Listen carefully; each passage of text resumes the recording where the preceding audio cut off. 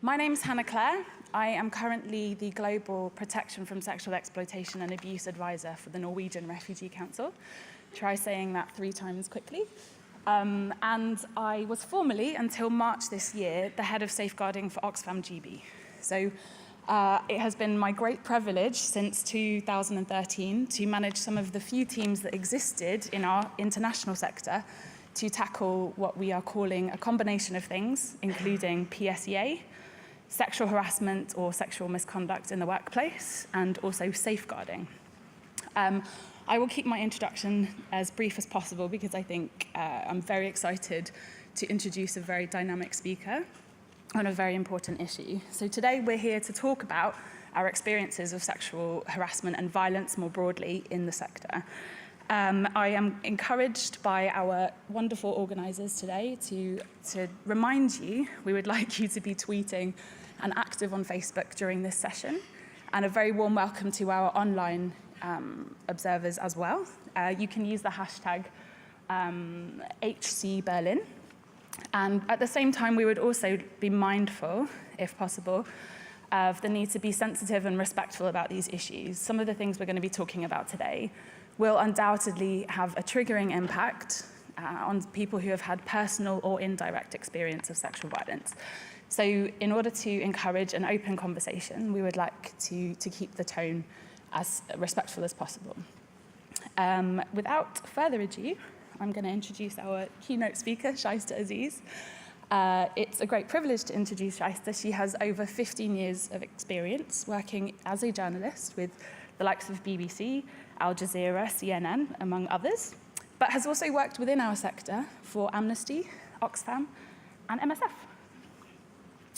Shaista has written extensively on this issue, particularly since February, and an article that she wrote after Oxfam's Haiti stories emerged generated so much feedback and response that she was inspired, among others, to create a collective of female activists who have examined these issues, have taken surveys among people who are practitioners in our sector of their experiences of sexual violence, and has addressed this from an intersectional and feminist perspective, and is here today to produce a summary of her report, which was contributed to the British government independent inquiry into this issue. So I will hand Shaista over to you now.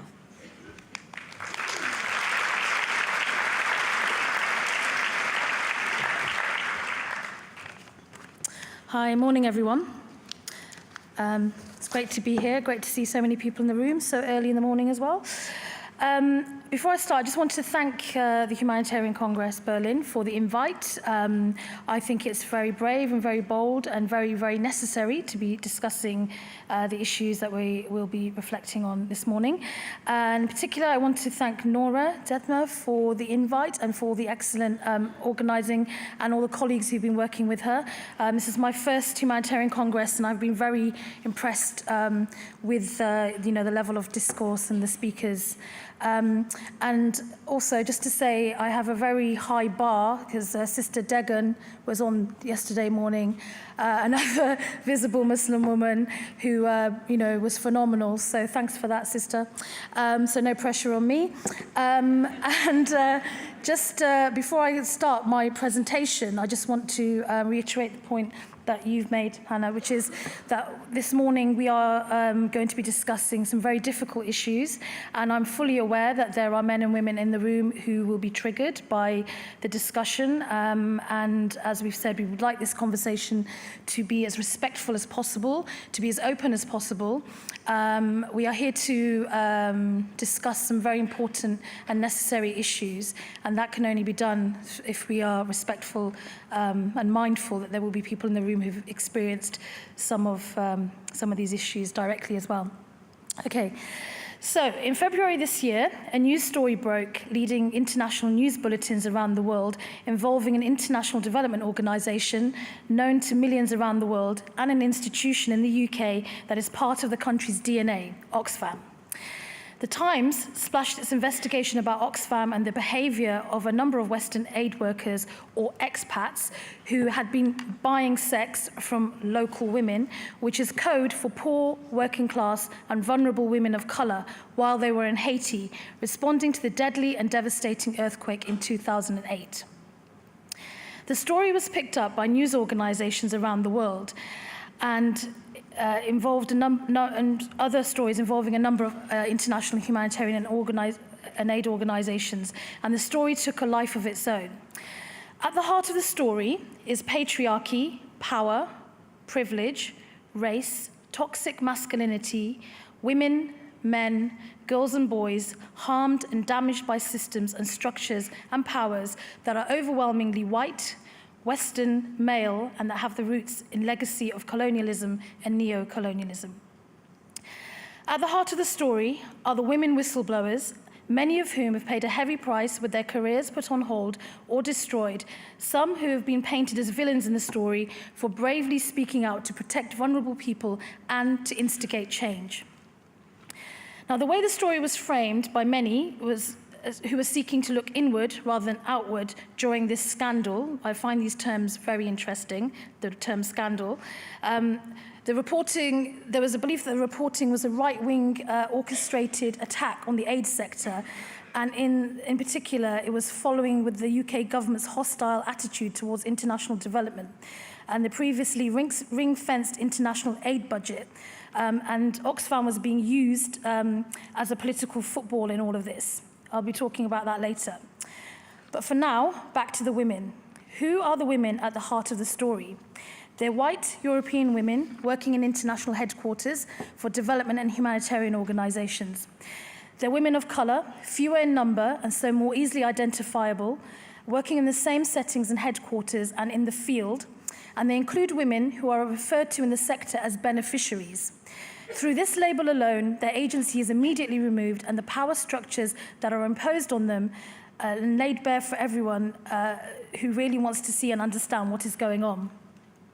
Now, in 2007, I was sent to Haiti while I was employed by Oxfam to interview women across the country about their experiences of climate change and how their lives were being impacted by so-called natural disasters. The women I met were amongst the most economically and socially disenfranchised women in the world, and this was before the 2008 earthquake. They were dark-skinned Haitian women, poor, working class, and they had nothing. They were open with me, and we had many candid conversations about what it means to be a woman in one of the poorest countries in the world, a country where I saw women and men's entire persona and body language change whenever UN peacekeepers were around. Haiti, like many parts of the world humanitarians work in, has a long and devastating history with the UN, with aid organizations, and it's steeped in colonialism. As I traveled across Haiti, I didn't meet a single woman whose priority it was to, and I quote, barter for sex with foreign aid workers. I did, however, see up close and personal the NGO cultures involving lighter-skinned Haitian women being ferried around in white Land Cruisers and taken to fancy restaurants and parties. I'm a former Oxfam, Save the Children and MSF employee.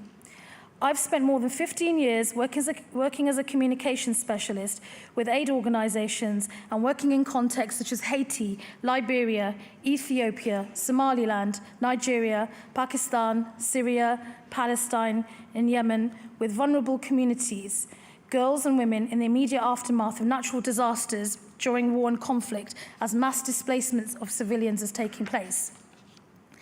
I've worked with refugees and women living on top of rubbish dumps in Iraq as they fled for their lives with the clothes on their back and their children under their arms. Over the years, I've met many, many women who have told me about how they were asked to trade their bodies for aid and told to provide oral sex and full-blown sex if they wanted to ensure their children received food and access to water. We all know these stories exist in the humanitarian sector, and they have existed for decades and decades. So what made this year's Oxfam stories and Save the Children stories and MSF and UN stories so different? Why is it that those 8 months on from the reporting on Oxfam, that women and men who have suffered sexual abuse and sexual harassment in the aid sector are still scrambling around seeking accountability and redress? Why are victims and survivors still overwhelmingly unwilling or unable to report cases to their employers via their internal systems? Why are victims and survivors dependent on crowdsourcing and fundraising campaigns to seek legal advice on how they can pursue a pathway to making their former or current employers take their complaints of sexual assault, abuse, and harassment seriously? Earlier this year, Me Too exploded on the scene, second time around. Aid To, Church To, Mosque To, Time's Up, We Believe Her, Why I Didn't Report have all followed. A global movement has started, and it's not going to stop. It's a global movement of solidarity, a global movement of quiet, controlled, and loud and visible rage, a global movement seeking redress, a global movement seeking justice, a global movement placing an inclusive, representative feminism, and a global movement that increasingly understands intersectionality and that real feminism is intersectional and is rooted in changing systems of oppression which victimize women in specific and particular ways based on their identities. Intersectionality is a term that was coined by American professor Kimberly Crenshaw in 1989. The concept already existed, but she was the one who put a name to it. And as we know, when you put names to things, it becomes powerful and it becomes political.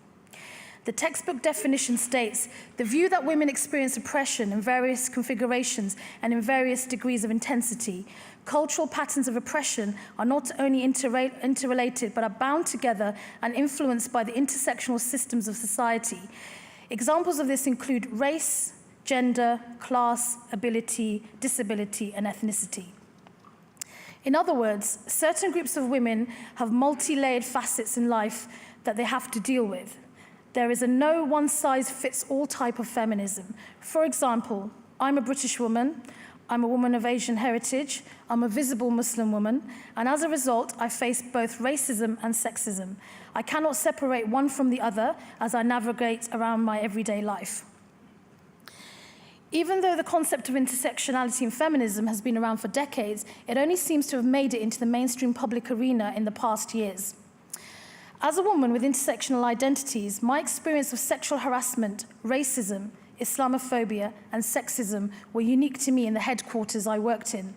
I was almost always the only woman who looked like me. To many in my own country, the UK, I look foreign, including to my colleagues. And yet I have the privilege of sounding like I do. I speak English like an English person. This is what I've been told my entire life. In fact, when I was in Pakistan, I was told that, "Madam, you sound like Harry Potter." True story that. To which I said, oh, hashtag life goals. I've always wanted to sound like a 14-year-old prepubescent wizard boy. And furthermore, I'm really quite sure that wizards are hashtag haram in Pakistan, which is not good.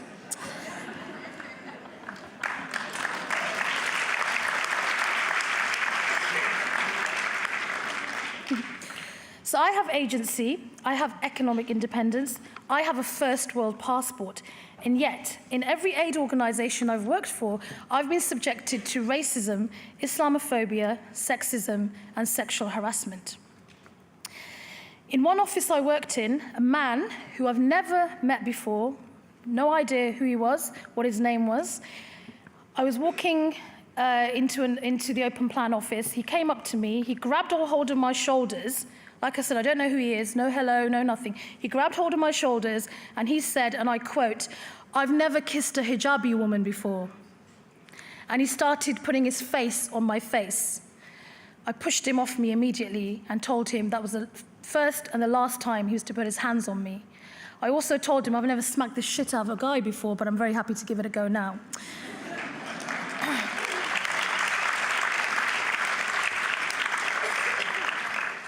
So he looked quite surprised. He was a white European man, just to be clear about that as well. I reported it to my employers. The first thing they asked me was, "What do you want us to do about it?" I told them, the burden is not for me to tell you what I want you to do about it. You tell me what you want to do about it. It turns out they didn't really want to do much about it. A culture of bullying, harassment, and racism is rife among agencies around the world, and it's about time that we actually accepted this. In February, I wrote a piece for The Guardian And it was titled, "As a former Oxfam aid worker, I'm not shocked by the revelations." And I actually talked about the systemic racism and sexism in the aid sector. On the back of this article, I received more than 100 emails from people around the world wanting to share their experiences. For many, it was the first time they had shared what had happened to them, and they told me this in the emails that they sent. I have to say, this was one of the most overwhelming moments of my life, just to receive email after email. The vast majority of the emails were from women, but there were also men sending me emails, telling me about the horrific things that they'd experienced while working in the sector. Obviously, I have absolutely no way of being able to, get evidence or know if the information being passed on to me was accurate, but I believe victims and survivors of sexual violence. I will always believe them. In February, I chaired a panel discussion in the House of Commons titled, "Are Me Too and Time's Up flash-in-the-pan social media movements or part of a new inclusive feminism movement?" So we had a very robust debate in Parliament, and this is where I met Alexia Pepper-Dequez, a former Save the Children aid worker and a whistleblower, and along with 2 other feminists and women working in the aid sector, we founded NGO Safe Space to support victims and survivors of sexual abuse in the aid sector, and to specifically platform and amplify the voices of women of colour who are the first to be silenced and the first to be minimised. So we produced this report. I'm not going to go through all of it now. I have a few copies, but we also have it online, which we'll be able to share the link with you. If you go to www.ngosafespace.org, in a couple of hours, it should be up and online. So we reproduced this report in March 2018. So I'm just going to talk you through some of the findings of the report. NGO Safe Space is a collective of intersectional feminists working together to document, discuss and challenge patriarchal structures and abuses within international development and humanitarian organisations, in particular INGOs funded in the UK. This report was prepared and submitted as evidence to the UK parliamentary inquiries into sexual harassment in the workplace and sexual exploitation and abuse in the aid sector. The questions we answer in this report, the framework was set by the Women and Equalities Committee. Again, you can find those questions online. Okay, so the executive summary of this report. Sexual harassment in the international charity sector is widespread and underreported. Our confidential survey, so we sent a survey out, we had more than 100 responses in 2 weeks. Anonymized testimony from individuals who wanted to talk about what had happened to them. So our confidential survey reveals multiple examples of sexual harassment, ranging from inappropriate comments to rape. We have testimony from individuals who talk about senior male managers and those in positions of authority being responsible for these behaviours, and people across different ranks in organisations. So many organisations, existing safeguards and whistleblowing arrangements are not adequate or trusted by employees. Reports of harassment are often disregarded. Perpetrators are protected by their senior positions, and victims are given little support. As a result, inappropriate behaviours are normalised, and many victims are forced to leave their jobs. I would like to say very clearly here, I am one of those women who's been forced to leave my jobs, I should say, in the sector. To help end sexual harassment in the international charity sector, we submitted this evidence, as I already said.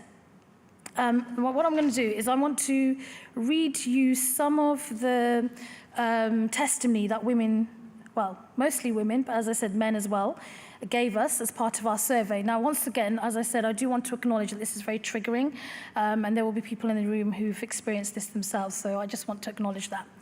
Okay, so here are some quotes. I have definitely experienced cases of sexist and ambiguous remarks and jokes at the workplace, but often not directed specifically to me, but just accepted in general. Another quote, I've experienced harassment several times from allegedly less harmful comments and jokes focusing on my body and its sexiness and beauty to unwanted physical contact. Another quote, inappropriate touching, constantly invading personal space in an aggressive manner. Another quote, at office drinks, when ordering the first drink, I was told I was very beautiful while being grabbed by the waist. From then on, small stares, knocking on my chair when passing by, pulling my hair. I had to completely stop talking with this person for these micro-invasions to stop. I never went to office drinks ever again. Another quote. I was sexually harassed by a very senior director, verged on stalker behavior, barrage of emails, text, requests, sometimes via his PA, to come into his office for a, quote, little chat, end quote. I was directly told not to mention our chats to other people as they wouldn't understand. Another quote. In the most recent situation, I was harassed by a male worker who was under my direct supervision.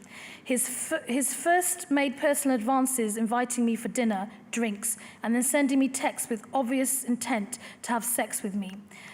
Other colleagues, men and women, repeatedly hinted to me about his interest in me. It felt like an attempt to normalize these types of advances towards me, end quote. Another quote. I've had a man try to lock me in his office to rape me so I could get a UN job, end quote. Unlike most other sectors, employees of international charities may work in a range of environments, from an office in a UK-based headquarters or a European headquarters to a remote office or a crisis situation on the other side of the world. Women shared experiences of being sent on overseas missions by charities funded by organizations where they were consistently harassed or felt vulnerable and poorly protected from potential harassment. So who's at risk of sexual harassment in the international sector, and what is its impact?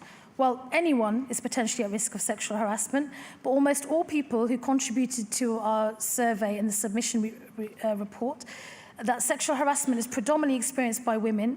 From this point onwards, we tried to focus on the experiences of women, and we also obviously included men as well. But what we found was that the men who responded, who were particularly vulnerable, were gay men, and men in female-dominated environments can also be victims of harassment.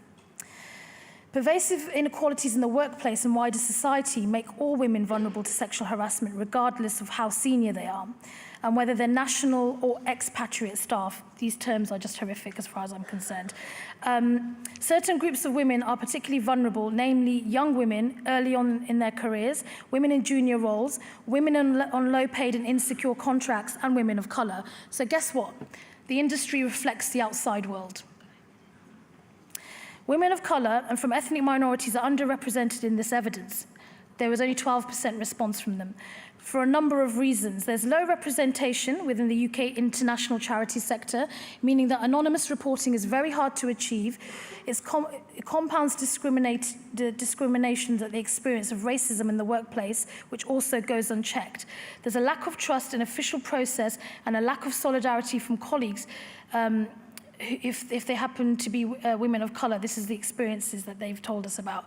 And we acknowledge the missing experience of women and colour in terms of the work that we're trying to do. Okay, so I only have a few more minutes, so I'm just going to skip ahead now to, what can be done about this. Okay, so what measures are already in place to prevent sexual harassment, and how effective are they? So what we found is there's a huge gap between the paper and the practice. So the majority of international charities, especially the larger ones, have anti-harassment policies. However, while many policies and reporting mechanisms are in place, they are not widely known, they're not easily accessible, and it's very hard for employees to find this information. Codes of conduct were often signed at the start of contracts, but are not routinely enforced. There is a perceived gap between what exists on paper and what happens in practice. There's a lack of confidence in existing mechanisms, and I think this is the key to the issue. Many of those responding to the survey lacked faith in existing procedures, questioning their confidentiality, or stating that they did not go far enough to protect the most vulnerable. Some HR teams were not trusted to uphold confidentiality, and even the effectiveness of third-party anonymous hotlines were called into question. 2/3 of respondents felt that reporting a case of sexual harassment could affect their career. More senior and more experienced women reported feeling more confident in reporting. A distinction was made between feeling confident to report sexual and gender-based violence and not other forms of harassment or bullying, including racism, which may not be taken as seriously. The reasons for this lack of confidence in the existing procedures were fear. Fear that the complaints wouldn't be taken seriously, that reports would not be confidential, fear of repercussions, being labelled as difficult or a troublemaker, recognition that the burden of proof is on the person who reports it. Okay, so just to end, what do we need to see? We need to set high normative standards for workplace behaviour. We need to see senior leaders leading by example. We need to develop clear guidelines on behaviours that are and are not acceptable. We need to support an independent and accountable investigations. Again, this is key. We need to push for effective implementation of anti-harassment policies, and we need to strengthen measures to protect staff and beneficiaries from harassment, and we need to increase victims' confidence to speak up. And most of all, we need to stop being defensive. We need to listen. We need to actively listen to victims and survivors. We need to suspend our judgment. And if we are serious about tackling this, we need to ensure the sector puts money, quite a significant amount of money, into setting up an independent mechanism. And we need to support those feminists inside organisations who have been silenced throughout this process and who do not feel supported. So I think it is pretty remarkable that after writing an article in a newspaper, which by all means is an international publication, The Guardian, that I received 100 emails from people that are simply, I'm not qualified to give them the advice they need. I'm not a trained psychologist. I could do more harm by responding to these people who are crying out for help. And the biggest thing is we need to believe victims. Thank you.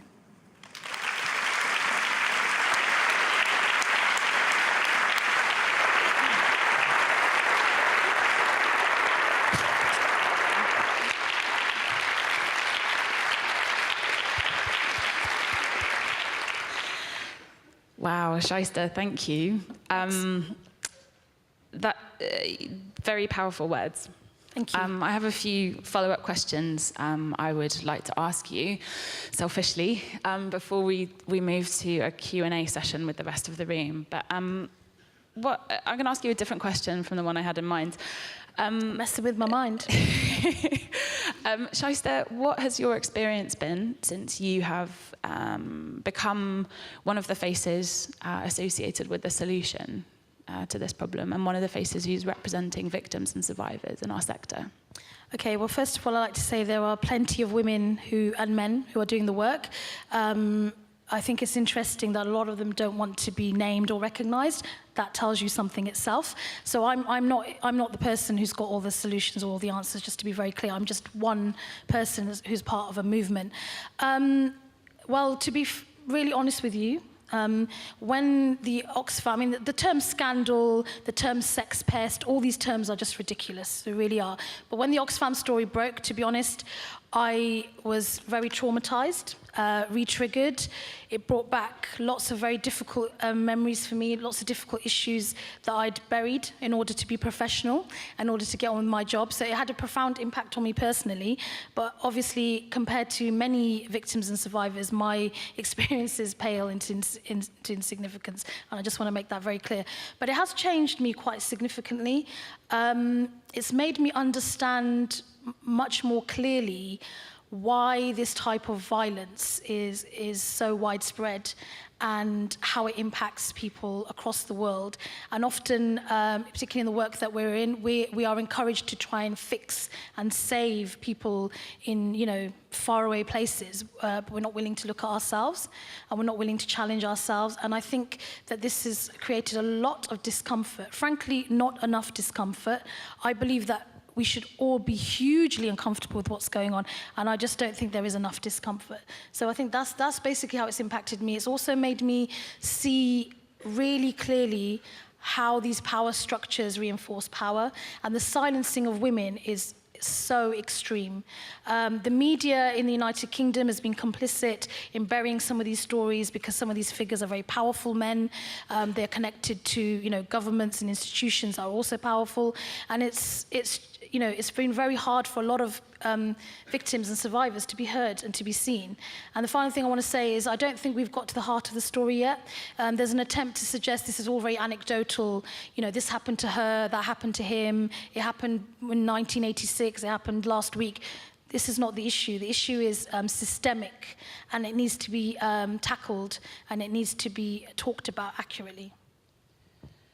Bearing in mind the, to me, obvious positive contribution that this kind of work can make to this, to tackling this issue, how have you experienced responses from people within and across our sector? Well, I have to say that many people have been very open and very interested in holding dialogues, and I thank those people. Some of them are in the room, or they're connected to people in the room. They know who they are. They've been very respectful. There was a lot of shock. I think a lot of sadness, and a lot of anger as well, that, you know, some I think in their mind that maybe they think it's a few rogue individuals. As I said, this is about systems, systemic issues. But we've had a lot of support, but we've also had a lot of gaslighting, a lot of going round and round in circles. My colleagues and I have been busy supporting a lot of women who have tried to have dialogues with their previous or current employers, and it has not been pleasant at all. You know, our role has been to be silent observers, to take notes, you know, to be there in terms of moral support, and it's been quite shocking, some of the discussions that have taken place.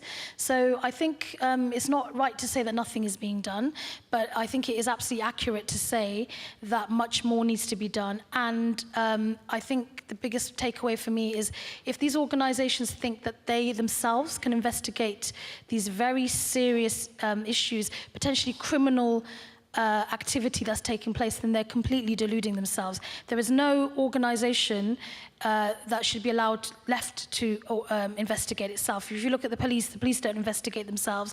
You know, big international organizations need to be held accountable in the same way as, you know, well, they basically need to be held accountable.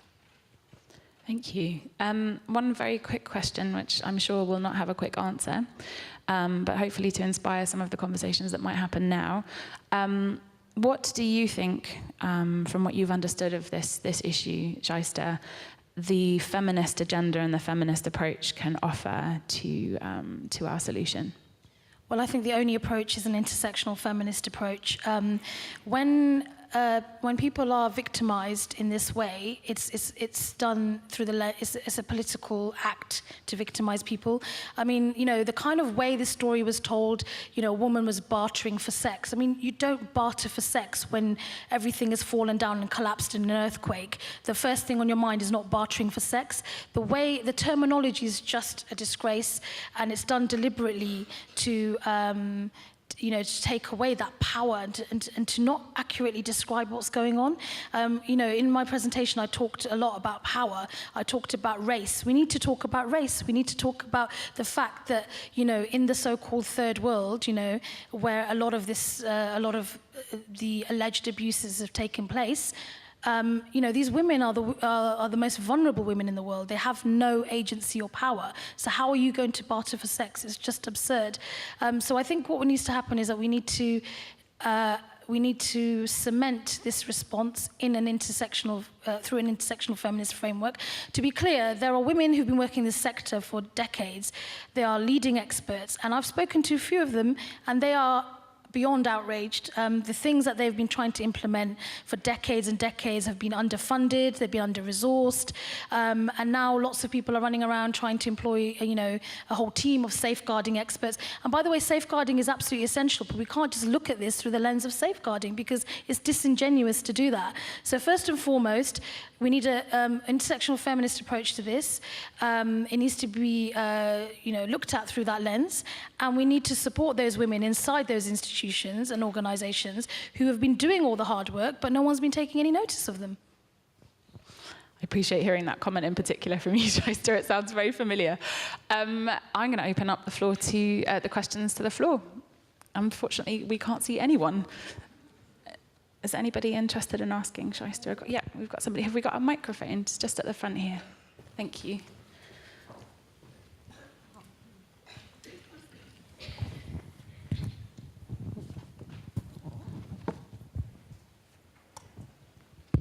Yeah, thank you very much. First, thank you for all what you said, and thank you for putting the words and using the words. Like, we need to talk about feminism, we need to talk about intersectionality, and to go beyond this gender approach, abuse, regulations, and and use the words. I am myself, like, I consider myself as a feminist, and I am working on gender-based violence in the humanitarian sector. And sometimes it's really hard to see that even when you have these convictions and these experiences, you still face so many difficulties when you have to talk about what happens to you and to your colleagues. And like 2 days ago, I was contacted by a colleague who was asking me, should I report what happened to me, and how can I do it? And actually, it was really struggling for me to say that, okay, I cannot tell you how you can do it because I did it and I was not happy with the response. And I didn't know if it was serious enough to report it. I didn't know how it will be considered, how it will be responded to. And like 1 month after I reported, I was also asked by my colleagues at the Human Resources if, like, are you sure it was really that? Are you sure it happened? Are you sure you didn't over-interpreted? Oh, sorry for my English, but yeah. So it's just also, like, we need to talk about it, but we need to accompany. I don't blame this human resource person because she was probably not prepared to respond to that. So how do we prepare them? How do we go beyond the victims and survivors and the people who are working there? And how do you ensure that there is not just an email, but there are people who are prepared to bring you an answer and to adopt the right behavior, the non-judgmental behaviors to be able to respond to you. Thank you. Okay. Are there any other questions? Any other questions before Shaista has an attempt at this one? Yeah, we'll just ask one more. Thank you for your first question. We'll come back to it. So hi, thank you very much for the presentation, very powerful, and yeah, important for all of us to hear that. I'm Justin Lyle from People in Need. We are kind of like working through a similar process ourselves, you know, partly kind of strengthening these confidential channels, then also thinking about the policies and how to respond. But from what you've said, I'm kind of thinking that this kind of dialogue and discussion where the kind of the consciousness of people changes rather than a kind of response to individual cases, that seems to be really important. So what advice would you have for an organization trying to conduct a process like that? Okay, so just to go to the first person who asked the question, first of all, thank you very much for that question. The short response is a person who has lived through a certain experience is the only person who has the right to decide what they want to do. I would say the first and only priority for them is to take care of themselves, mentally and physically. So that's the first thing I would say. And then I think the key to ensuring that victims and survivors do report is by them being able to see perpetrators being held to account. So until a system shows that, you know, it is able and it is willing to hold people to account, other people will not come forward. You know, the thing that we constantly hear over and over again is, I didn't think anyone would believe me. I didn't believe, you know, I knew I wouldn't be believed. I didn't have a witness. He's very powerful. She's very powerful. You know, there are massive power dynamics at work here. And so until those power dynamics are shifted, you know, people will not feel comfortable or confident in going forward. And also the way, the nature of this type of crime, and it is a crime, is about shaming people. It's about shaming those victims and survivors and making them believe it's their fault. And, you know, gaslighting, you know, making, you know, individuals feel that it's all in their head is all part of the process, all part of the manipulation. So I've had, and indeed, my colleagues have had people come to us or email us or WhatsApp us even. I mean, I've had, you know, I don't even know how these individuals have found my number. I've had people contact me from South Sudan and other places in the world, you know, on a Sunday, just a message pops up on my WhatsApp, you know, asking for some advice. And I think that itself shows you the deficit in terms of the lack of adequate support being provided to people. So that would basically be my simplest answer, but I'd love to talk to you some more afterwards. To the gentleman over there, the question, a brilliant question. I think we need to start talking accurately about things. We need to name those things. We need to label those things. Now, as a woman who's been labeled my entire life, people seem to think they know everything about me without knowing anything about me. It might possibly come easier to me to identify those things and label those things because it's been happening to me my entire life.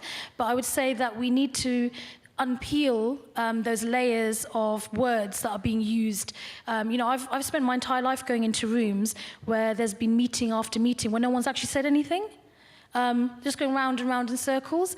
That is something that needs to stop. So I think the first thing is that being fully aware of how we talk about these issues and actually to really talk about these issues. And it does require a change of mindset, and that takes time.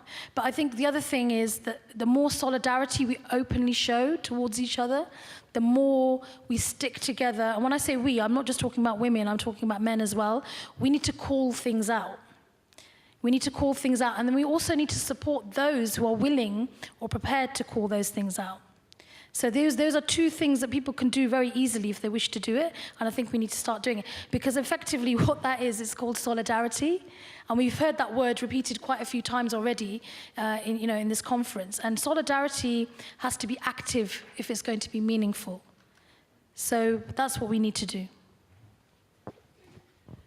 Thanks, Shaista. If I may, these are two questions very close to my heart as a practitioner in the area. And to add to what you've already said, Shaista, I think one of the things I've really noticed in the time I've done this work, but particularly in the dialogue of the last year, is that people have systematically failed, as Shaista has indicated, to listen to people who already know how to do this well. Now, that might not be me. It's more likely to be somebody who's working more frontline more recently. But I do come from what I think could be the richest education I could ever have received in doing sexual violence work. And that is through the grassroots rape crisis movement. Non-judgmental is a word that our first question your questioner referred to, and I think that's absolutely critical. And I think in particular, in relation to conversations that our colleagues in HR and line managers and friends who are trying to be supportive, one of the things they most frequently seem to fear that they will trip over is believing, when they say believing people, means the same thing as our organisation can do this, this, this, this, this, and this to you. And I think people become so scared of what a survivor or a victim or a complainant might ask the organisation for, that they systematically fail to do, perhaps for some people, the only thing that they're looking for, and that is to believe them. And I think one of the most meaningful interventions that I participated in my time in Oxfam, and since joining NRC, has been spending time with managers as a distinct group, HR as a distinct group, and explaining how you can be non-judgmental, how you can be non-discriminating, how you can be non-directive, and how important it is to keep the trust of somebody through a process if you're all going to achieve the best results for everybody. And those conversations and dialogues haven't really happened, and I think for me it was always very difficult to find the time. And I think, as Shaista said, everything is stronger if you're truth-telling and if you're encouraging and rewarding that kind of environment, so that the most successful interactions you have, everybody is one of my stakeholders in my organisation. Like, anybody could be a survivor at any time. The most useful dialogues I've had are with people who I or they have been able to do something in my personal relationship with them to make them feel like that I'm not judging them if they don't know the right answer. And I think that's also been something that not many people can achieve if they don't know how to approach this. So, yeah. But that requires humility, to accept that you don't know something. None of us can know everything, but you have to be humble to be able to accept that. And there's a fundamental lack of humility in this sector. And I say that as a woman who has worked in this sector for a long time. And as I said, frequently when I go into these rooms, I'm the only person who looks like me. I'm sure that's still the case. And there is a massive lack of humility and an unwillingness to listen to someone who may know more than them, even if they're more junior or whatever they are, that's irrelevant. So I think it needs to start from there as well. And, you know, for a lot of the individuals who've come forward and spoken to NGO Safe Space, you know, the main thing that they're looking for, they want an apology. In many cases, they just want to hear, we're sorry this happened to you. We're sorry this happened to you while you worked for us. We're sorry that you were let down. That is really what they're looking for more than anything else. These are not people who are, you know, trying to, you know, destroy men's careers or, powerful men's careers or disrupt their careers. You know, Trump said, you know, a man's career is in tatters. You know, just to be very clear, most victims and survivors we've spoken to, and indeed, I'm sure the ones we've never spoken to as well, that's not in the front of their mindset. They want to make peace with themselves. They want to be believed. They want to move forward, and they're stuck because they were violated and horrific things happened to them, and they never, ever got justice. And that's something we need to remember as well. And so I'd say to those leaders in the room, when you go back to your offices or whatever, please take that back with you.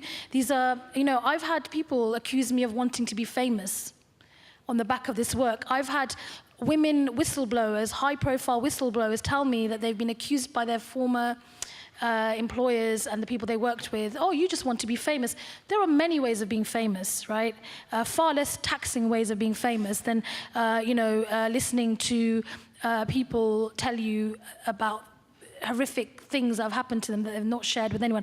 And by the way, this line about we want to be famous, this was used again when the Harvey Weinstein, accusations were made. Women in Hollywood were accused of that as well. This is a typical line that is thrown out over and over again. There are many parallels in the way whistleblowers are treated, be it in Hollywood, be it in the AIDS sector, be it in any sector.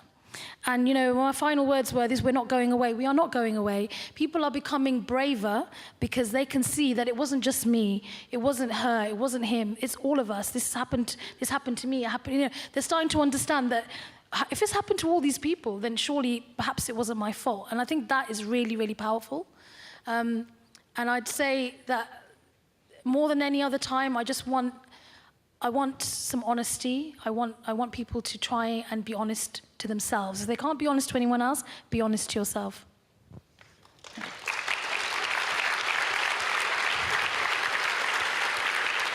Thank you, Shaista. Are there any other questions from the? Yeah, we have one here. Oh, you have the mic already. Great. Hello, my name is Lina Manoha, student. My question is with regard to who would be best placed to carry out these independent investigations, because maybe somebody already in the sector would know the loopholes, and how neutral would they be if they are included in the investigation? And also, how can this investigative process be inclusive, because victims maybe of racial or gender discrimination may not be willing to speak with